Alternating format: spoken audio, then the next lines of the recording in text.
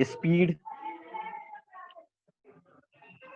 Physical fitness के आपके components है जिसके बारे में हमने प्रीवियस क्लासेस में जो है डिस्कशन किया था। उनमें था आपका strength, speed, flexibility and coordination ability and the types of जो आपके कंपोनेंट्स थे। जैसे स्पीड, तो स्पीड के क्या टाइप्स थे, और फ्लेक्सिबिलिटी, तो फ्लेक्सिबिलिटी के क्या टाइप्स थे। फ्लेक्सिबिलिटी के टाइप्स के बारे में हमने प्रीवियस क्लासेस में डिस्कस किया था, एक्टिव एंड पैसिव। फ्लेक्सिबिलिटी क्या है, द रेंज ऑफ मूवमेंट या the range of motion for the joints. जो जॉइंट्स हैं उनका रेंज ऑफ मूवमेंट कितना जो है वो किसी भी पर्टिकुलर जॉइंट का जो रेंज ऑफ मूवमेंट है वो अपने आप को कितना रेंज तक मूव करा सकता है, वो उसका उन जॉइंट्स का जो है वो फ्लेक्सिबिलिटी कहलाता है। फॉर एग्जांपल आपका हम बात कर लेते हैं नी जॉइंट। तो नी जॉइंट का जो रेंज है वो स्ट्रेट, एक पैरेलल और ब्रेक, यहाँ तक जो है एक ब्रेक है, शोल्डर तक आ रहा है और स्ट्रेट जा रहा है, मतलब 90 180 स्ट्रेट हो रहा है और बैक कर रहा है। तो ये इसका जो है किसी भी पर्टिकुलर जॉइंट्स का जो है रेंज ऑफ मूवमेंट। हमने बात की थी इसके बारे में ही, द टाइप्स ऑफ फ्लेक्सिबिलिटी।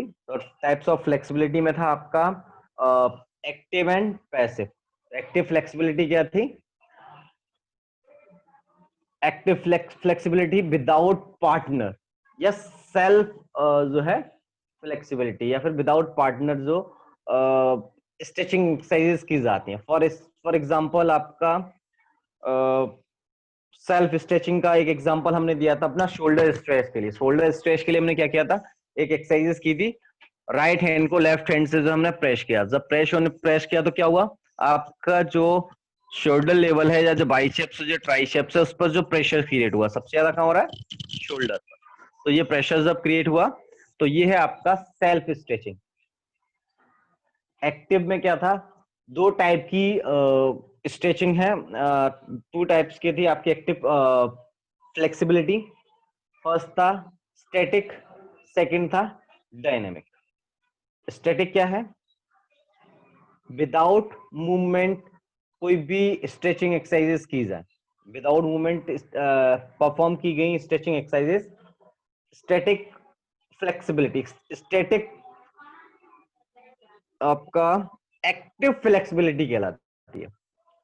उसमें है आपका जैसे जो मैंने अभी स्ट्रेचिंग एक्सरसाइजेस की, आर्म स्ट्रेचिंग या फिर बोल सकते हैं लेग स्ट्रेचिंग। लेग स्ट्रेचिंग में आपका है नी स्ट्रेच। जैसे हम ये नी स्ट्रेच करते हैं, अपनी बॉडी को जो है वो ऊपर, लेग को जो ऊपर लेकर आते हैं, तो यहाँ पर क्या कोई मूवमेंट नहीं, हम सिंपल खड़े होकर ये स्ट्रेचिंग एक्सरसाइजेस करते हैं। बट डायनामिक में क्या है, डायनामिक उस टाइप की एक्टिविटी है जो कि जिनमें जो है मूवमेंट क्रिएट होता है। मूवमेंट क्रिएट होना मतलब एरोबिक एक्सरसाइजेस। एरोबिक एक्सरसाइजेस कौन सी होती हैं, जो रिदम में कंटिन्यूस चलती हैं। रिदम मतलब एक कंटिन्यूस मैनर में जो है वो परफॉर्म होती है। तो आपका हो गया एरोबिक एक्सरसाइजेस जिनमें स्ट्रेचिंग एक्सरसाइजेस होती हैं। जैसे आपका हो गया योग, हो गया योग भी एक जो है एरोबिक तरीके से चलता है। सॉरी योग नहीं, आपकी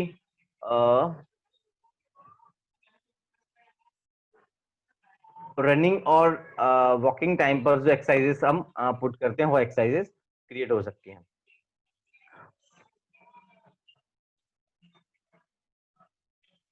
ओके, एक्सरसाइजेस जो है, स्ट्रेचिंग एक्सरसाइजेस जो है दो टाइप से क्रिएट होती हैं। एक होती है आपकी स्टार्टिंग में, जब हम किसी भी एक्टिविटी को परफॉर्म करने जाते हैं। जैसे आपने दो नाम सुना होगा, हल्का सा मुझे याद आ गया, कल हमने इसके बारे में डिस्कस नहीं किया था actually, cooling down and warming up. तो जो वार्मिंग अप पर एक्सरसाइजेस होती हैं वो स्ट्रेचिंग एक्सरसाइजेस से स्टार्ट होता है, और कूलिंग डाउन भी होता है वो भी स्ट्रेचिंग से स्ट्रेचिंग पर जाके हम फिनिश करते हैं।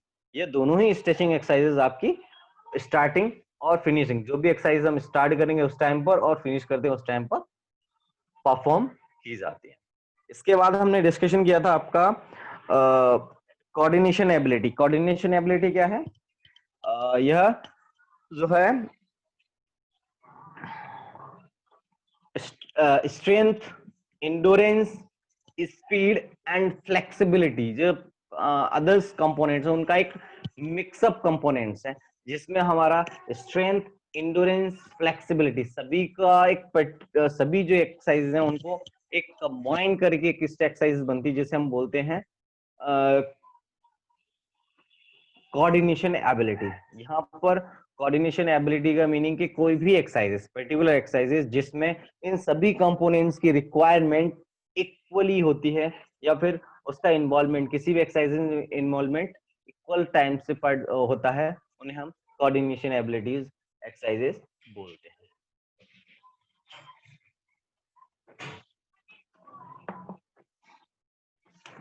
आज बात कर लेते हैं हम components of wellness.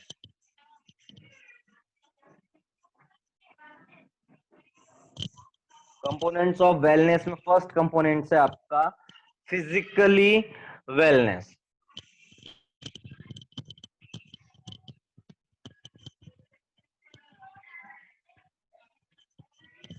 Physical wellness, social wellness,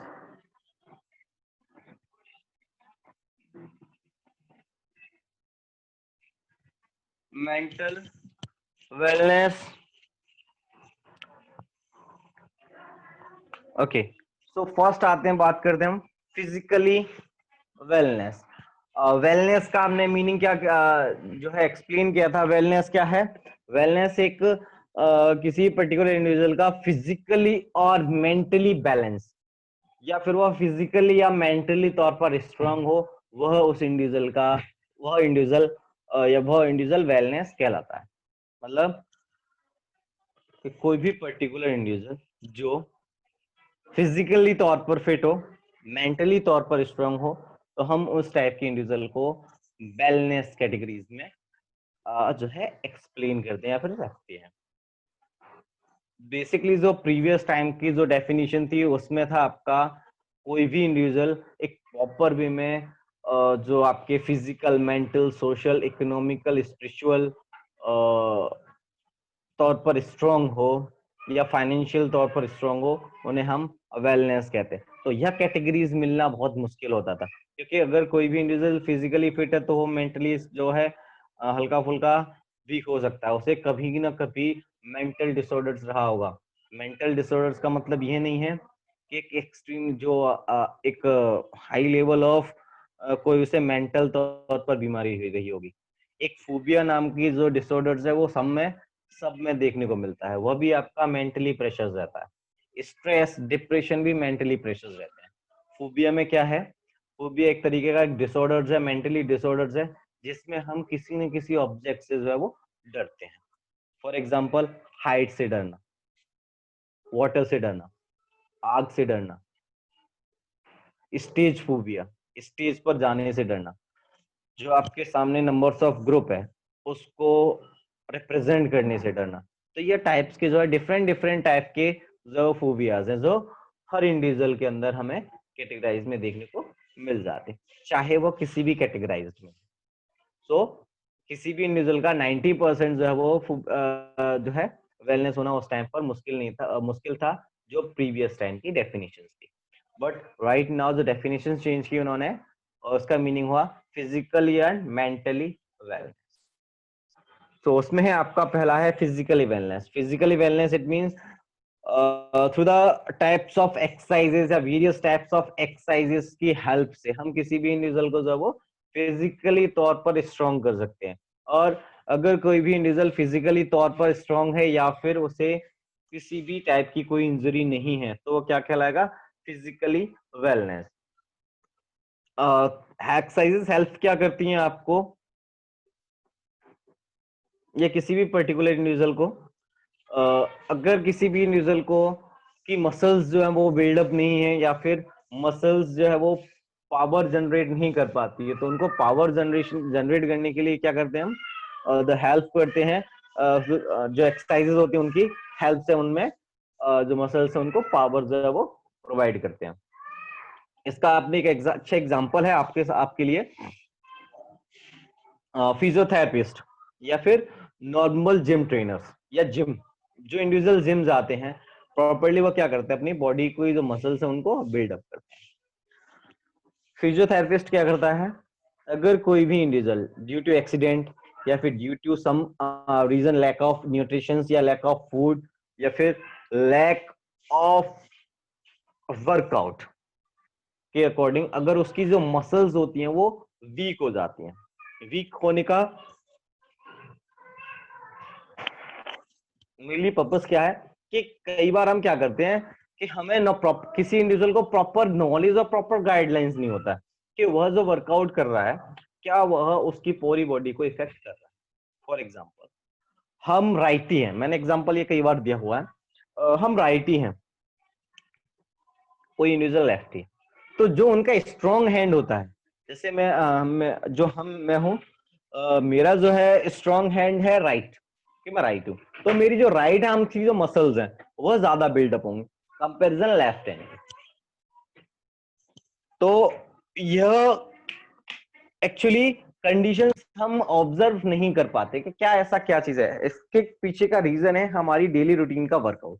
हम डेली रूटीन के वर्कआउट में जो पर्टिकुलर एक्सरसाइजेस करते हैं या पर्टिकुलर वर्क करते हैं वह ऑलमोस्ट राइट हैंड से करते हैं, जो राइटी होते हैं, लेफ्ट हैंड वाले लेफ्ट हैंड से करते हैं। तो मसल्स का इन्वॉल्वमेंट जो है वो वहां से स्टार्ट होता है। अगर हम पेन भी चला रहे हैं तो वहां पर क्या है, फोर आर्म मसल्स तक का यूज हो रहा है, रिस्ट फिंगर्स के साथ साथ में फोर आर्म की मसल्स भी जो है यूज होती है। ये आपको हल्का सा चलता हुआ दिखाई दे रहा हो, मतलब एक इन्वॉल्वमेंट होता है। तो इस टाइम पर लेफ्ट हैंड क्या कर रहा है, लेफ्ट हैंड सिर्फ रेस्ट में है, तो कुछ ऐसी पर्टिकुलर एक्सरसाइजेस जिनका वर्कआउट लेफ्ट हैंड पे नहीं हो पाता, जिसके कंपैरिजन लेफ्ट हैंड जो है वो वीक होता रहता है। यह सिर्फ हैंड के लिए नहीं है, whole over the body parts के लिए कुछ एक्सरसाइजेस हम अलग अलग डिफरेंट डिफरेंट पार्ट्स पर जो है वो क्रिएट। तो उनको बैलेंस करने के लिए हम क्या करते हैं, द हेल्प लेते हैं फिजिकल एजुकेशन की या फिजिकल एक्टिविटीज की, जिसके वजह से हम अपने उन पार्ट्स को बिल्डअप करते हैं जो पार्ट्स हम नेचुरल लाइफ में बिल्डअप नहीं कर पाते, या फिर वह हल्के से जो है वीक हो जाते हैं। फिजिकल एजुकेशन की लाइन में या बोला जाता है फिजिकल कॉन्सेप्ट में एक लाइन भी ऐड रहती है कि जो भी हम एक्सरसाइजेस स्टार्ट करते हैं वो लेफ्ट साइड से स्टार्ट होती है। लेफ्ट साइड मतलब the numbers of the majority जो है राइट ही होती है, तो हमने उनको लेफ्ट जो है नॉन, इसमें बोला जाता है नॉन लीडिंग हैंड से स्टार्ट करते हैं। नॉन लीडिंग हैंड मतलब वह हैंड जिसमें जो आपको जिसको आप ब्रेक करते हो, कोई एक्सरसाइजेस से नहीं करते। सो ये तो था सिंपल एक्सप्लेनेशन। मेनली हो गया आपका फिजिकली वेलनेस, मतलब अपने आप को फिजिकली तौर पर स्ट्रांग रखना, the help of physical activities, the help of physical exercises. अब बात कर लेते हैं हम सोशल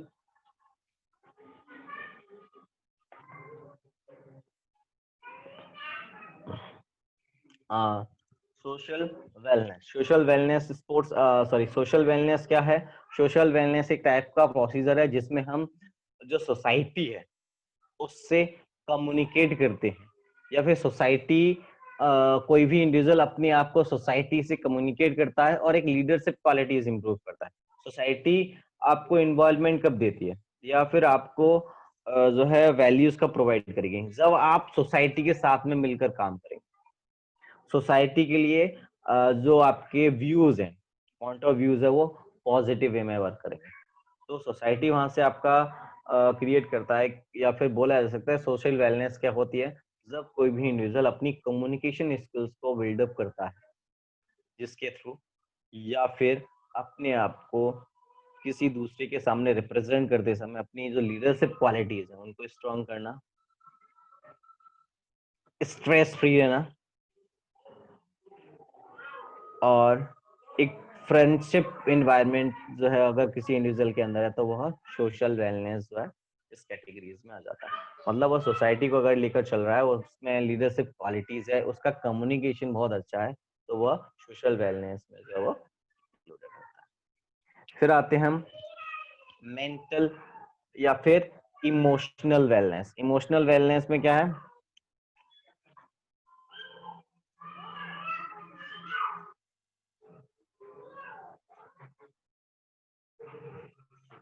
ओके, इमोशनल में क्या होता है या मेंटल कि कई बार इंडिविजुअल्स क्या करते हैं, मेनली हल्की फुल्की जो बातें होती हैं या फिर जो टॉकिंग नेगेटिव जो व्यूज होते हैं, नेगेटिव जो थॉट्स होती हैं, उनको अपने माइंड्स में जो है वो क्रिएट कर लेते हैं। तो उन जो निगेटिव व्यूज हैं उनसे अपने आप को दूर रखना, को अगर कोई भी इंडिविजुअल अपने आप को दूर रखता है, मेंटली और स्ट्रेस अपनी बॉडी को प्रोवाइड नहीं करता है, डिप्रेशन प्रोवाइड नहीं करता है, वो अपने आप को डिप्रेशन में नहीं लेके जाता है, फ्रेंडली एनवायरनमेंट जो है वो क्रिएट करता रहता है, या फिर वो अपने, अगर किसी को हल्का फुल्का स्ट्रेस है तो due to the physical exercise अपने स्ट्रेस को जो है वो जो है बाहर कर देना, वो उसका मेंटल या फिर इमोशनल जो है अटैचमेंट कहलाता है।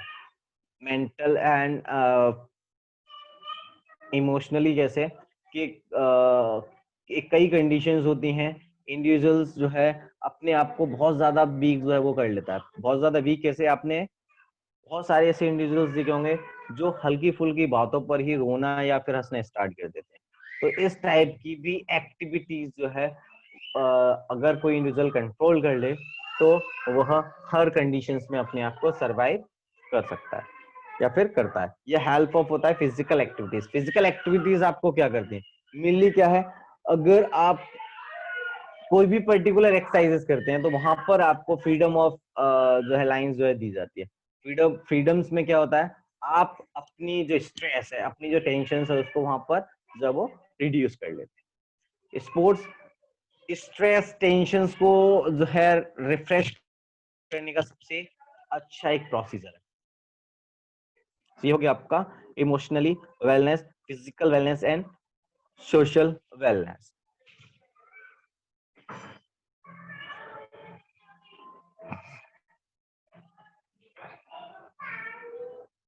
इसके बाद में है आपका जो है आपका इन्वायरमेंटल वेलनेस। इन्वायरमेंटल वेलनेस क्या है, ये तो ऑलमोस्ट सबके पास में ऑब्जर्वेशन पे है कि अगर इन्वायरमेंट एक ऐसा प्रोसीजर है या नेचर एक ऐसा सोर्सेज है जिसे देखने के बाद में हम ऑटोमेटिक अपने जो टेंशंस होती हैं या फिर जो निगेटिव व्यूज होते हैं उनको अपने माइंड से निकाल देते हैं। वह किस तरीके से, अगर एक्चुअली हम एनवायरनमेंट को खुद ही वेस्ट करते हैं। अगर एनवायरनमेंट नेचुरली है और बहुत क्लीन है तो वहां पर जाने के बाद में हमारी आधी टेंशन्स तो उस प्लेस को देखकर ही सॉल्व हो जाते हैं। जैसे अगर आप नदी के किनारे बैठे हुए हो, किसी इंडिविजुअल को जो रिवर होती है उसके किनारे बैठना या फिर जो वहाँ का ग्रीन एनवायरनमेंट होता है उसे देखना बहुत बहुत अच्छा लगता है या फिर वो उसमें इंटरेस्टेड होता है। तो इन्वायरमेंट क्या करता है, इन्वायरमेंट अपनी जो उसकी सुंदरता होती है, जो ब्यूटीफुलनेस होती है, उसके थ्रू इंडिविजुअल्स की जो स्ट्रेस होती है, जो जो टेंशन होता है, उनको जो है वो उसको फ्री करता है और एक हेल्दी पॉजिटिव इन्वायरमेंट उसके लिए क्रिएट करता है।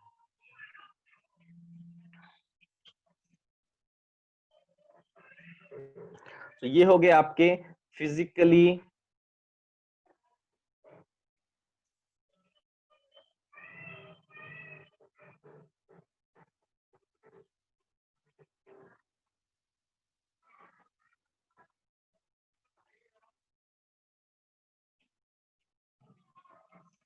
ये हुआ आपका फिजिकली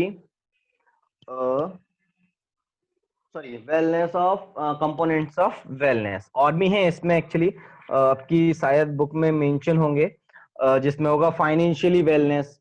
फाइनेंशियली वेलनेस क्या होता है, और न्यूट्रिशनली वेलनेस।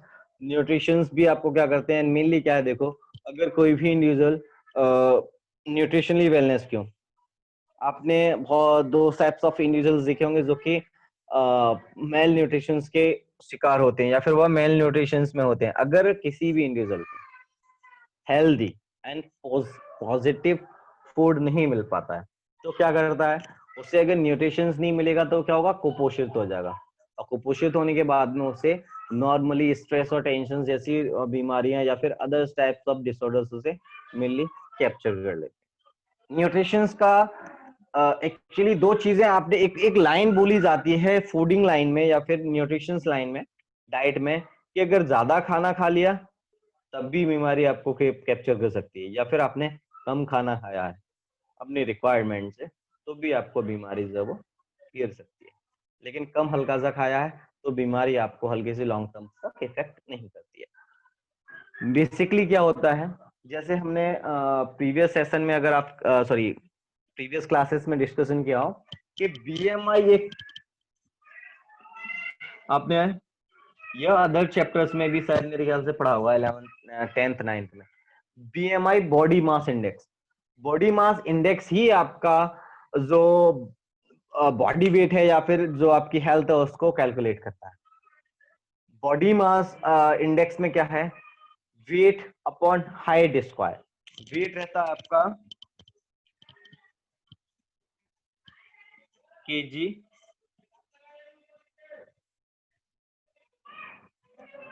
हाइट रहता है आपका मीटर स्क्वायर में। अगर आप अपनी बॉडी का, किसी भी इंडिविजुअल का अपनी बॉडी का बॉडी वेट पता है नेचुरल और उसके हाइट पता है, अगर वो कैलकुलेट करते हैं और वह निकलता है 18.9 से या फिर सिंपल 18 से लेके 24.9 तो वह नॉर्मल है। 25 से लेके 29 तक अगर वो निकलते हैं तो वह ओवरवेट में। ये दो कैटेगरीज जो हैं वो पर्टिकुलर इंडिविजुअल के लिए जो है वो एक गुड कंडीशंस है। अगर यहां से 18 से अगर आप डाउनफॉल जाते हो और 29 से अप 30 से ऊपर जाते हो तो दोनों ही कंडीशंस जो है इंडिविजुअल के लिए हानिकारक हो जाती हैं। वहां पर फूड का जो है वो जो है आपकी जो बॉडी है वो वहां से डैमेज होना स्टार्ट हो जाती है। लोअर जाने से आपको न्यूट्रिशन जो माइल्ड न्यूट्रिशन है या कुपोषण है उनका जो शिकार हो जाता है। एक्स्ट्रा एक्सट्रीमली वेट होने पर आपको ओबेसिटी कैप्चर कर लेती है। एक होता है जो न्यूट्रिशंस की डिफॉर्मिटीज में आता है, एक इंडिविजुअल्स होते हैं जिनको प्रॉपर न्यूट्रिशंस एक्चुअली प्रोवाइड नहीं हो पाते। प्रॉपर प्रोवाइड ना होना मतलब उनके पास में इतना सफिशिएंट जो है मनी नहीं है या उनको नॉलेज नहीं है कि उनको फूड क्या गेन करना है। जो उनके पास में फूड होता है वो उसको गेन करना स्टार्ट कर लेते हैं। एक रहता है ड्यू टू द एडवर्टाइजमेंट या ड्यू टू द एक्टर्स से जो रोल मॉडल्स होते हैं उनके, उनको देखकर इंस्पायर्ड होना। तो वो क्या करते हैं कि किसी और को देखकर वो अपने आप को उनके जैसा बनाना स्टार्ट कर लेते हैं। तो उस कंडीशंस में भी वह अपने आप को न्यूट्रिशन, माइल्ड न्यूट्रिशन या फिर ओबेसिटी में कन्वर्ट कर लेते हैं। सेकेंड जो न्यूट्रिशंस में आता है आपका अपने आप को बॉडी पोस्चर को जो है वो मेंटेन न करने के पीछे वो आपका आता है junk food. Junk food mainly क्या करता है, आपने हमने शायद एक प्रीवियस क्लास में शायद डिस्कशन किया था कि जो न्यूट्रिशंस होते हैं या फिर जो बाहर के जो फूड्स होते हैं वो क्या करते हैं, आपको एक्स्ट्रा एक्सट्रीमली लेवल में फैट प्रोवाइड करते हैं या शुगर प्रोवाइड करते हैं। और दोनों ही आपको क्या कन्वर्ट करते हैं, एनर्जी। शुगर कहां पर जाता है, ग्लूकोज के थ्रू। कार्बोहाइड्रेट भी ग्लूकोज के थ्रू जाकर आपको एनर्जी प्रोवाइड कर रहा है। तो वहां से क्या है, आपको एक कार्बोहाइड्रेट जो है वो एक्सट्रीमली अमाउंट में मिल जाती है। हमने एक कल 11th क्लास में एक डिस्कशन किया था, उसमें क्या है, हमने एक 5 रुपीज का जो बिस्किट का पैकेट आता है उसके एक्चुअली कंटेंट कल चेक किए थे। तो उन कंटेंट में 550 जो है कैलोरी निकला था। प्रोटीन सिर्फ उसमें 6.5 to 8 था, या 6.5 होगा या फिर 6.8 होगा, ये एकदम क्लियर नहीं रहा है। सो इतनी सिर्फ हमें जो कंटेंट चाहिए था वहां से वो हमें मिला था 6.5, वरना उसमें शुगर, फैट, सैचुरेटेड फैट या पॉलीमेटेड फैट या फिर सिंपल फैट या कार्बोहाइड्रेट, उसमें हर तरीके का जो है वो उन्होंने फैट को इन्वॉल्व कर रखा था। बट उन्होंने क्या किया था, उसके कंटेंट के नाम चेंज कर दिए ताकि सामने वाला जो वो बेवकूफ बन सके। तो यह कंडीशंस क्या आती है, अगर एक सिंपल 5 रुपीज का बिस्किट आपको 500 कैलोरी अगर प्रोवाइड कर रहा है,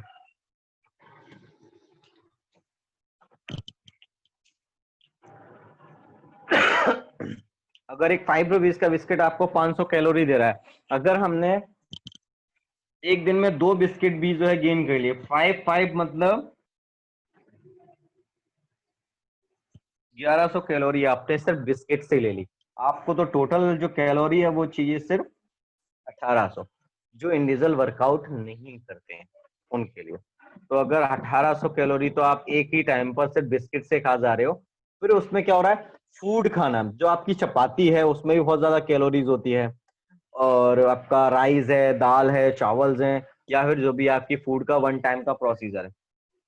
तो बिना वर्कआउट किए अगर कोई भी इंडिविजुअल, जैसे आज 18 कैलोरीज है, आप 18 कैलोरीज जो है वो वन डे आपको गेन करनी है, और आपने जो है जंक फूड खाने के बाद में, या फिर एक्स्ट्रा जो फूड्स है उनको, बाहर के जो प्रोडक्ट है उनको खाने के बाद में, अगर आप एक ही दिन में 3200 कैलोरी पहुंचा देते हो, तो क्या हुआ, एक दिन का खाना आपने एक्स्ट्रा एक ही दिन में खा लिया।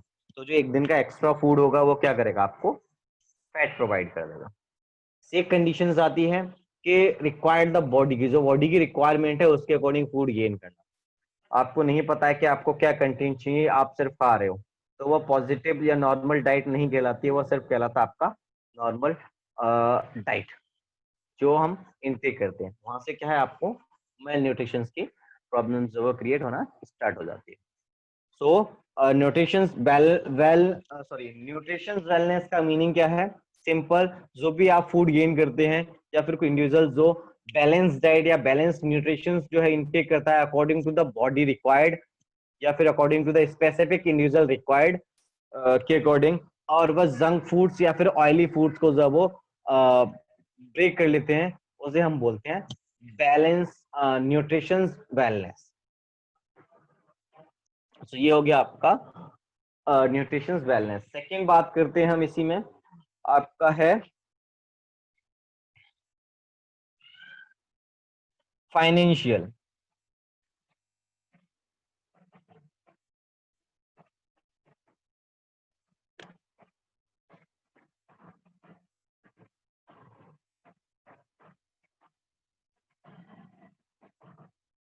ओके, फाइनेंशियल वेलनेस क्या है कि जो रिसेंटली टाइम है या फिर जो अभी टाइम चल रहा है, वहां पर सबसे ज्यादा रिक्वायर्ड क्या है आपकी सोसाइटी में, पैसा। अगर इंडिविजुअल के पास मनी है, पैसा है, तो उनको जो है वो किसी टाइप की जो है वो प्रॉब्लम्स इस टाइम पर फेस नहीं होती हैं। अगर कोई इंडिविजुअल मनी से रिलेटेड कोई वर्क करता है, या फिर उसकी जो इनकम है, उन्होंने क्या किया, उसे फाइनेंशियली वेलनेस का मीनिंग है कि जो भी आप का जो रूटीन है, डेली रूटीन है, उसमें से अगर आप अपनी जो मनी है उसको हल्का फुल्का सेव करते रहें, या फिर एक सेविंग चार्ट जो है डिजाइन करें कि आपको इतना पैसा जो है वेस्ट करना है और इतना पैसा जो है वो सेव करना है। तो अगर आपके पास में सेविंग जो स्टोर रहेगा, या फिर मनी जो है वो आपके पास स्टोर रहेगा ड्यू टू द बैंक या फिर due to the other ways में, तो आपको जो है वो मेंटली प्रेशर और मेंटली टेंशन नहीं होगा, इन केस अगर आपका किसी टाइम पर जो वो वर्क जो है वो बंद हो जाता है। तो उस कंडीशंस में क्या है, आपका जो पैसा है, आप उससे अपने आप को जो है वो अपनी फाइनेंशियली जो प्रॉब्लम्स है या फाइनेंशियली जो कंडीशन है उनको कंप्लीट कर सकते हो। अगर आप अपनी मनी को जो है वो जैसे आपने कमाया सेम एज वेस्ट करते जाएंगे, तो उस कंडीशंस में क्या होता है कि हम एक कंडीशंस में आकर अपने आप को जो है फाइनेंशियली सपोर्ट प्रोवाइड नहीं कर पाते। इसका सबसे अच्छा एग्जांपल आपको रिसेंटली जो डिसऑर्डर्स आया है अभी अपने कंट्री में, यहाँ से आपको देखने को मिल जाएगा। यह अपनी सोसाइटी को या फिर कहीं की भी सोसाइटी को, फॉरेनर्स कंट्रीज हैं उनको भी एक अच्छा इंफॉर्मेशन प्रोवाइड करके गया था। जो कोरोना डिसेबल्ड जो चल रहा है, आपका वायरस चल रहा है, उसके थ्रू क्या हुआ कि जो फॉरेन कंट्रीज थी उनमें क्या होता था, मनी का एक्सचेंज प्रोसीजर चलता रहता था। इंडिया में क्या है, कुछ परसेंटेज होल्डिंग प्रोसीजर भी चलता है। तो रिसेंटली जितनी भी कंट्रीज है उन्होंने ऑब्जर्व किया है कि जो इकोनॉमी है वो अदर कंट्रीज के कंपैरिजन हमारे यहाँ की इकोनॉमी जो वो स्लोली जो जा रहा है। मतलब अभी हमारे पास पैसा इतने स्टोरेज है इंडिविजुअल के पास में जो अपनी सरवाइव करने के लिए उनके लिए स्पेसिफिक है।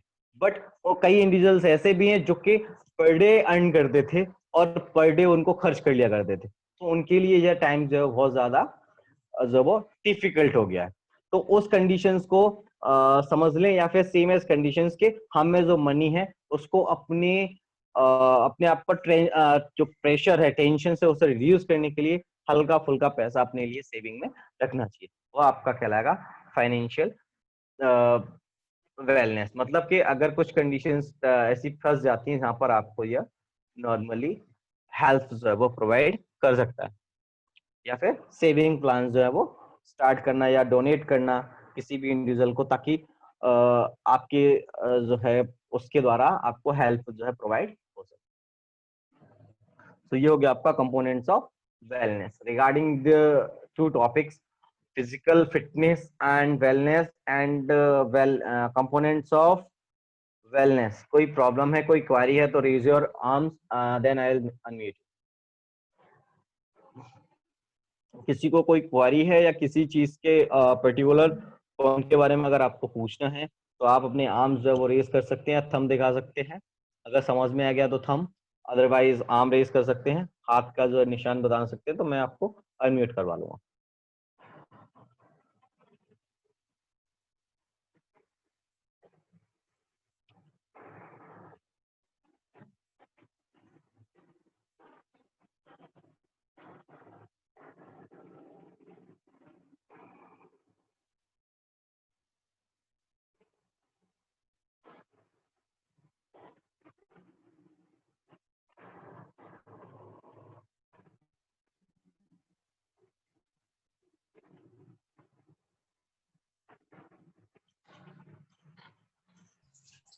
So no one.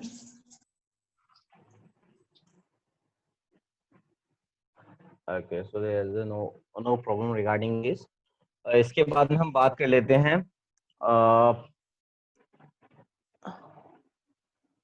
Physical sorry positive life style या फिर लाइफ स्टाइल। लाइफ स्टाइल के बारे में हमने बात कर लिया था। लाइफ स्टाइल क्या है? किसी भी इंडिविजुअल का कैरेक्टराइज्ड या फिर किसी भी इंडिविजुअल का कैरेक्टर या फिर उसका बिहेवियर्स जज करना, जिसके थ्रू हम क्या करते हैं उसकी जब वो लाइफ स्टाइल के बारे में जज कर लेते हैं, बट जज करते हैं। But what is the concept या फिर what is the meaning of positive life style, कि यह इसको किस तरीके से हम अपने आप को सही कर सकते हैं, या फिर ऐसे कौन से कारण हैं जिनसे यह वेस्ट भी हो सकती है।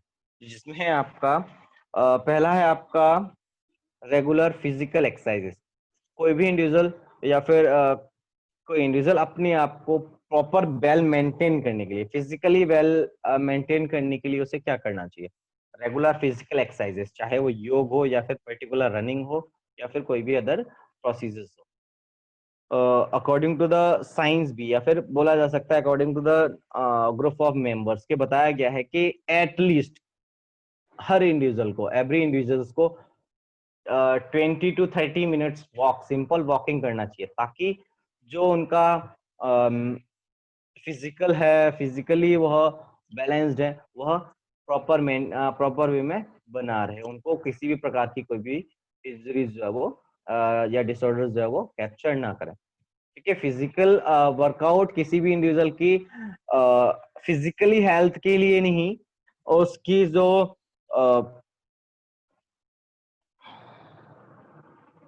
So last 1 minute left. जो डिफेंसिव उनकी सेल्स होती हैं उनको भी रिपेयर करने के काम में आता है। तो इस टॉपिक पर हम कल डिस्कशन करेंगे, life style, changing the life style या प्रिवेंशन ऑफ लाइफ स्टाइल पर। अभी आई थिंक कोई क्वारी नहीं है, अगर क्वारी है तो अभी भी आप मुझसे पूछ सकते हैं।